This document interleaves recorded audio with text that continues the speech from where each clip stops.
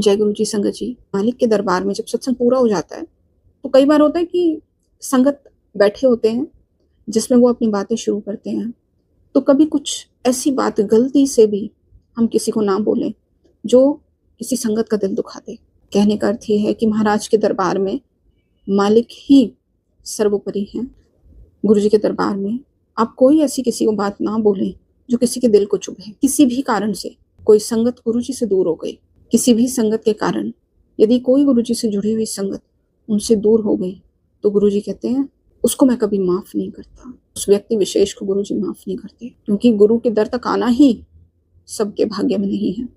गुरु जी जिनको बुलाते हैं केवल वही आते हैं। और यदि हमारी वजह से मालिक अपनी किसी संगत से दूर होते हैं तो फिर गुरु महाराज उसकी क्षमा नहीं देते, वो हमसे अपराध बनता है।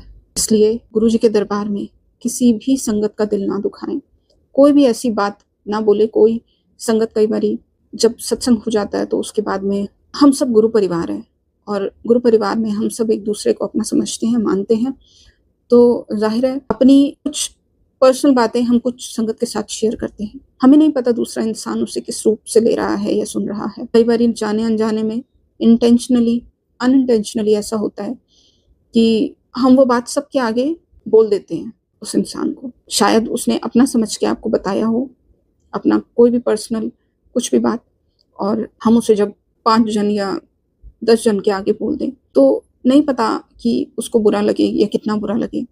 कहीं ऐसा ना हो कि आपकी वजह से वो गुरु जी के दरबार से आना छूट जाए। क्योंकि ऐसी संगत देखी है मैंने जो कहती है मन नहीं करता, मैंने ये चीज़ फला चीज़ शेयर करी और उन्होंने मुझे ऐसा सबके सामने कह दिया या बोल दिया या जो भी है।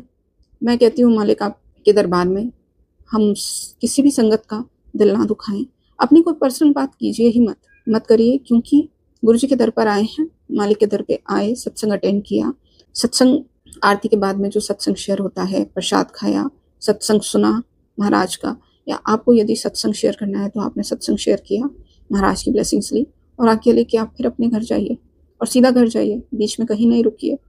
तो यही होना चाहिए, बहुत देर तक रुकना नहीं पता, वो फिर बैठे बैठे अपनी बातें शुरू हो ही जाती हैं। तो इसलिए संगत जी, गुरु जी के पास लाने में यदि ब्लेसिंग्स मिलती है किसी भी इंसान को, यदि हम गुरु जी के दर तक, गुरु जी हमें माध्यम यदि बनाते हैं किसी इंसान को अपने से जोड़ने में, तो यदि कोई इंसान, कोई संगत गुरु जी से हमारे कारण दूर होती है तो हमसे बहुत बड़ा अपराध बनता है। इस चीज़ का बेहद ध्यान रखना चाहिए।